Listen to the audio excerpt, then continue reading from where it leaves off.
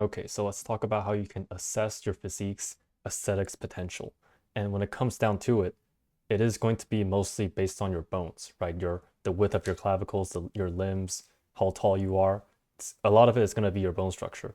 Muscle insertions play a role as well, but if you have really good bone structure, right, like wide clavicles, small waist, small hips, then you don't even need that much muscle to look good. And if you have really bad bones, building too much muscle to compensate for it could make you look like a gym cell. So I'm going to go over each point from, top to bottom, every structural thing you need to know, basically. So let's get started. So first thing, obviously, this is like the most obvious one is the shoulder to waist ratio, right? The V shape. And the key word here is specifically ratio, because people like to think that, well, a lot of people, if they have narrow clavicles, right, they have a narrow frame, a narrow bideltoid, they think that it's over because they have narrow clavicles. But key thing is actually not the absolute measurement itself, although the absolute measurement does matter, but more so the ratio, right? The actual shape of the shoulders to the waist. An example here is Leon Edwards, right? Leon Edwards is basically the meme who um, is known to be the most aesthetic physique in the UFC. But the thing is, Leon Edwards, right? He's 6'2", but his frame is not exactly that wide, actually. In fact, he actually has a somewhat narrow, right? Obviously not super narrow, but somewhat narrow clavicles. But the thing with Leon Edwards is, firstly, he has, the actual muscle, the deltoid muscles, right, that makes his bideltoid wider, but it's because of his waist, right? Even though his clavicles are not wide, because of how narrow his waist is, he still has that shoulder to waist ratio, and he still has, a very aesthetic physique. Likewise, if you have someone else like this who, yes, he has a wider bideltoid in terms of absolute measurement, but because of his shoulder to waist ratio is not that good, his physique is, and obviously because he's fucking fat, but because the shoulder to waist ratio is not as good, even though he has a wider absolute measurement in terms of bideltoid, he does not have as an aesthetic physique. And the best way to think about it is just think about the hourglass figure, right? Because the V shape, right, the shoulder to waist ratio in the male, it's like the hourglass figure in the female. So you can imagine if a girl has the, the hourglass figure versus if a girl is just fucking fat, right? This is a bad drawing, but if she has an hourglass figure, right? Even if the absolute measurement of her hips or of her body is not large, large, she's gonna be way more attractive than the girl who's just fucking fat but has the larger absolute measurement. So again, don't be mistaken. The absolute measurement of your bideltoid does matter, but more importantly is the shoulder to waist ratio. So this is actually a bit of a life fuel for a lot of narrow clavicle guys because yes, you may have narrow clavicles, but if you have a waist that's small enough, which you can make your waist smaller by just getting lean and stuff, if you have a waist that's small enough, then that can actually save you from it being over, basically. Again, right? Obviously, it's not as good as if you have a wide frame and a small waist, but it's not completely over.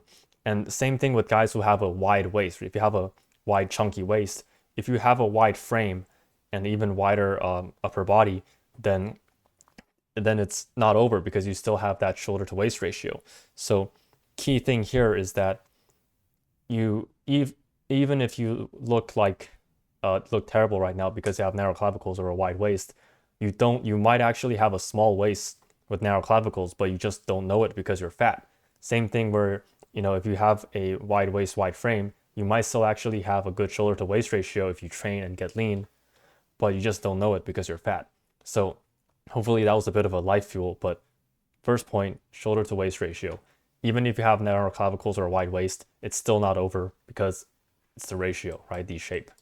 Next thing, this one's interesting. It's the length of your limbs. So I have a picture of this guy here, right? And I want to go over the arms first because if you have short arms like this guy, especially relative to your height, then that can really mess up the proportions of your physique, especially in certain poses, like if you hit a front double bicep. And the example here I have is Mike Israetel. So Mike Israetel, he basically has a pretty tragic build for aesthetics or bodybuilding in general.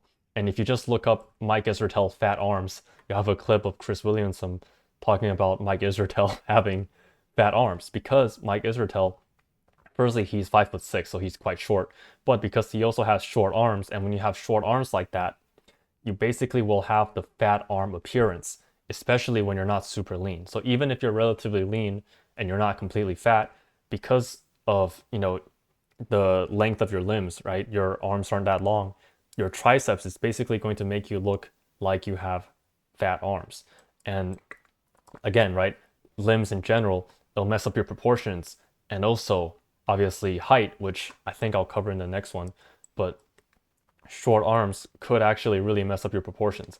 And people might say that it'll make your biceps look bigger, but again, right, that's only one side of the story.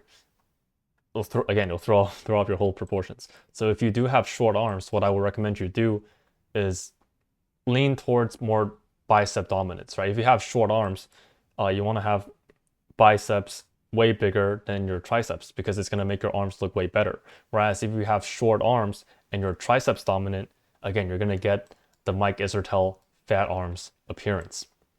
That actually leads me to my next point, which obviously is the height, right? This is not just for aesthetics, although it matters like a lot in aesthetics, but just in general, right? Height pill, how much money you make, how much respect you get, everything. Take the height pill. And again, I have Mike Israetel here as an example. And you can just see from the proportions itself, right, how that compares. So a good way to assess your proportions is basically to take the head, right, and compare it to the rest of the body. So you can see Mike Israetel, his body is like 2-3 heads. And hold on, give me 1 second. So you can see Mike Israetel, right? His body is like basically barely 2 heads. And same thing for his like whole frame in general. Whereas if you look at David Lade, his body is, a lot longer than 2 heads.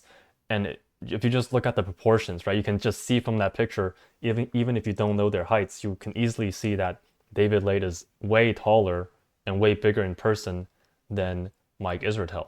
And if you are suffering from bad proportions, right, maybe you take a photo and you just have a huge head like this, what you can do is consider shaving more hair off your head or just having a lower volume hairstyle in general. And I won't lie to you, this is a looksman, right? If you shaving your head is one of the biggest looksmans, and obviously because hair is one of your biggest health indicators. But if you do have a narrow frame or small frame, narrow clavicles, and you really want to look bigger, then shaving your head could actually help with that. Because when you have a lot of volume in your hair, like this guy, it basically creates the illusion of a bigger head. So, it creates the illusion of this guy's head being huge. And because of that, his whole body looks more narrow and his frame looks more narrow. Whereas if you shave that off, right, you shave off the hair, it'll make your head look smaller, and in turn, it'll make your body look bigger. So that's just a trade-off you should be aware of.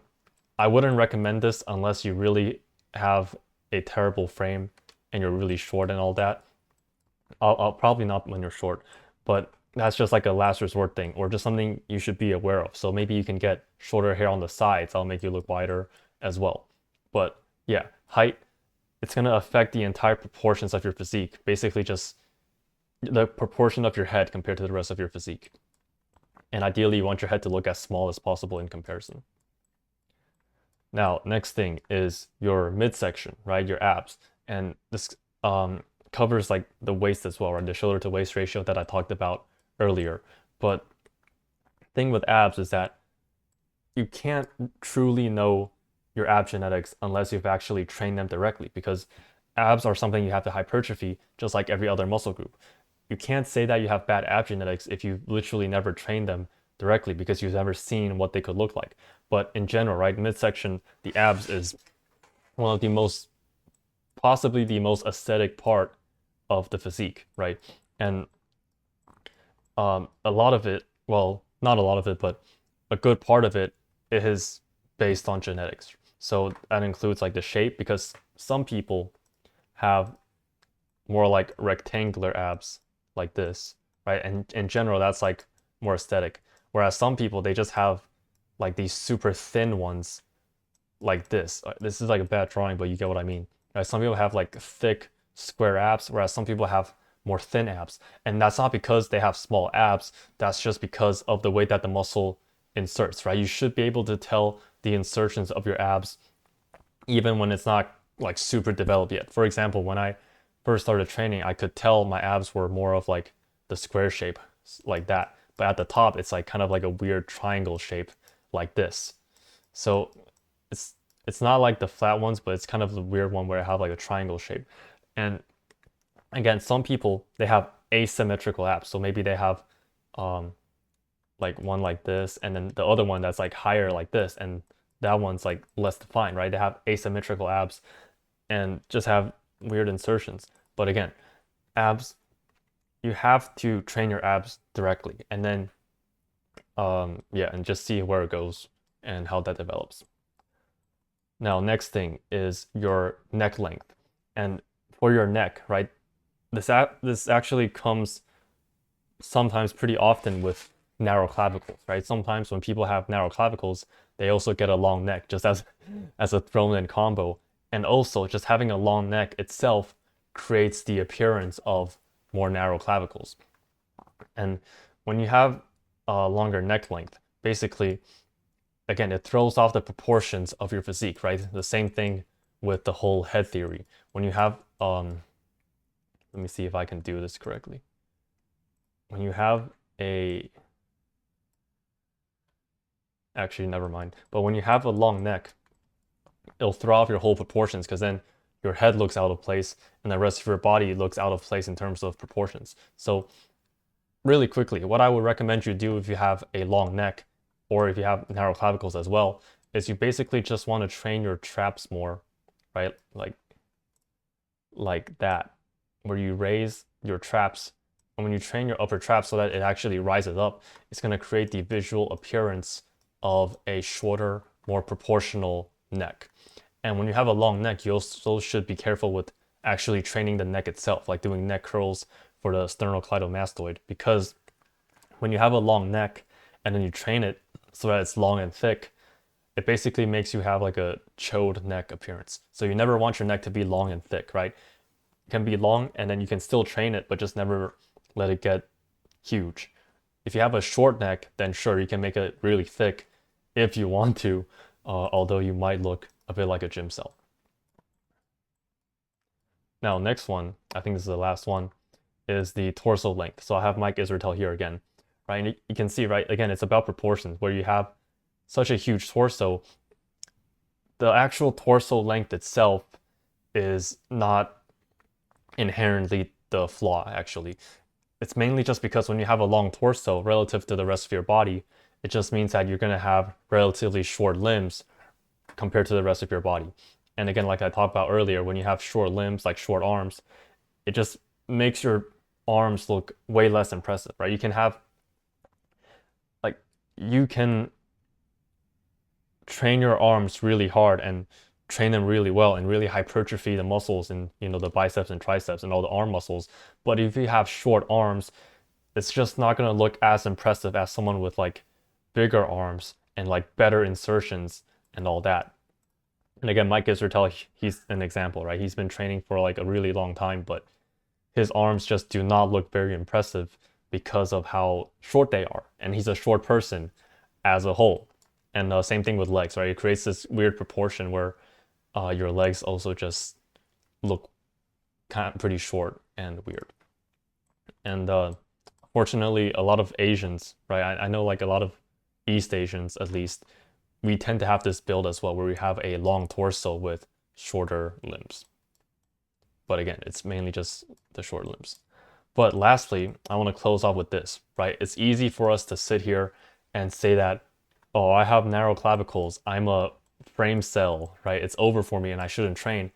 It's easy to look at black pill edits and see these pictures and think that it's over for you because if you train, you're just going to look like this. But the reality is you don't actually know how good your genetics are, right? You can see all these black pill edits of frame cells, but then again, there are all of these people who they would also get called frame cells by the Black-Scholes people, but they make all of these transformations. So you don't actually fully know if you have bad genetics, right? If you have good genetics, then yeah, you probably know from all the stuff we talked about, like the shoulder to waist ratio, the abs, the waist, all of that. But you don't truly know how bad your genetics are. You can't fully say that you have bad genetics and you should just give up. The best thing for you to do, and this sounds really corny, but the best thing for you to do is basically just assume that you have good genetics, train science-based optimal training for a few years, enjoy the process, and see what you're capable of, see what your genetics are capable of. Right? I know this channel is called BP Fitness as of right now, but that's like the general idea I want you to take away. And again, if you want to join my private community, check out a link in the description. I'll have all the information about the private exclusive videos, private community, and all of that. I'll see you in the next video.